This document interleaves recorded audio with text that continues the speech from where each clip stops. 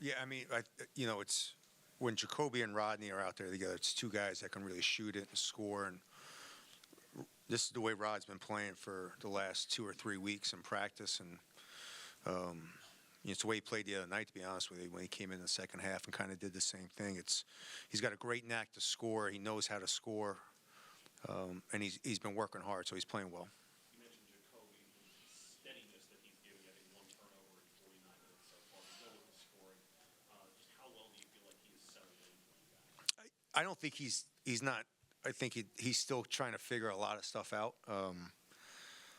Which is the good thing. I think he's trying to figure out, I'm playing with two really talented big guys. When do I pass them? When do I shoot it? So I think we're just starting to see a little bit of how good Jacoby can be. It's just I think everyone's still trying to figure out a little bit, like, when do I shoot? When do I not shoot? What I do like is, though, everyone's defensive energy has been really good to start the season. And the opportunistic play tonight, 27 points off turnovers, that was not something we ever were able to do quite as much last year. Yeah, I mean, they press and run and jump, and I think that's part of the way they do it, and I like the way they play. I do think the fact that we can play two different styles within the game. I thought Tafar and Jordan came in with energy, and we switched up our pick and roll defense, and we went from drop to pretty much trapping and rotating instead of just drop with you and DQ. So I think within the game, then Jacoby takes a break. You bring Jay in, and so you don't really get a break. Jay's just as good a defender as Jacoby. So I think we're a little bit more athletic, and the fact that we can play technically 3 different pick and roll defenses in the same half I think has really helped us.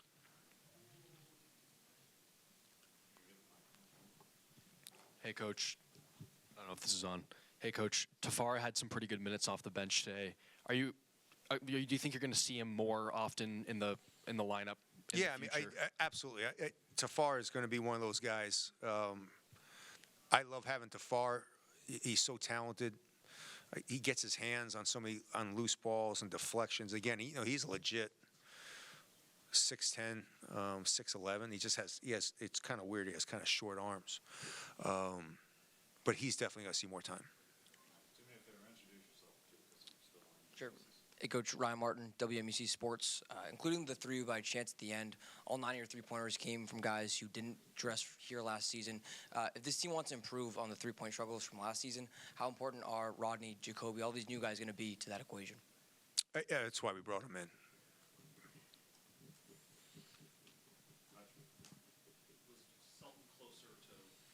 A little bit, yeah, a little bit.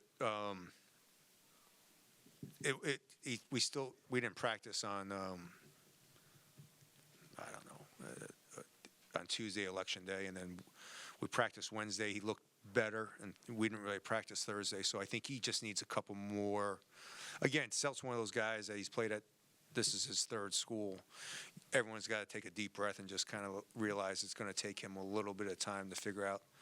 There's times when he thinks he's still playing a whole different style, and then he's got it. So I mean, in the new era of the transfer portal, and I told the players this: you got to take a deep breath every once in a while, realize you're going to make a mistake just because of the fact that sometimes your reflexes are going to go back to something that you did for 36 games last year, and now I'm asking you to do something totally different. So I'm not worried about selling whatsoever. Kevin, early 7-0 deficit didn't seem to affect you guys at all. What did you see from your players in terms of responding to that? No, I think that's, they played 2 scrimmages really well. They run and press. I think the biggest difference is I probably would have called timeouts last year, and this year I understand that coming off the bench, I'm going to have guys that can really pick us up coming off the bench defensively and offensively. And I just have you got 2 big guys out there that are eventually going to get them the ball. Something good's going to happen. So I think there's just, teams are going to come in and they're going to give you your best shot in the first 5 to 10 minutes. And we weathered the storm, and then we kind of imposed our will. Hey, Matt Germack, Testudo Times. It looked like Derek Queen was favoring one side for part of the game. We saw him limp off at the end. Do you know if he aggregated anything? Do you have any information on that? I have comment on that. No.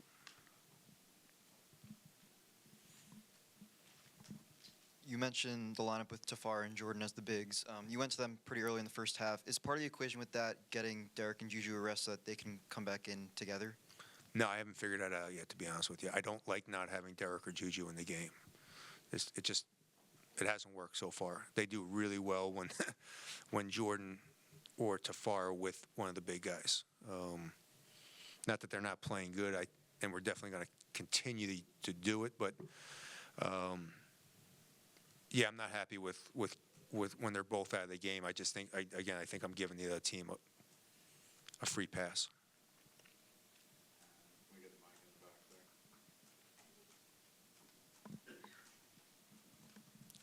It's not that big of a room. Do we really need the mic? Okay. Hi, Coach. Cooper Fohas, Terrapin Sports Central. Games like tonight, Monday night, you empty the bench, get a bunch of guys on the stat sheet. What kind of dividends does that pay down the line in the season? Yeah, I think the biggest thing as I look at the numbers, I think the highest Jacoby played 23 and Jew played 23. I think in the long run for Jew, Jacoby, all these guys getting the experience playing against guys that are going after him, showing them different looks is great, but at the same time not putting a lot of mileage on guys this time of year, I think will pay dividends for all those guys when they do have to put a lot of mileage on come December. Anything else, Coach? Thank you, everybody. Oh,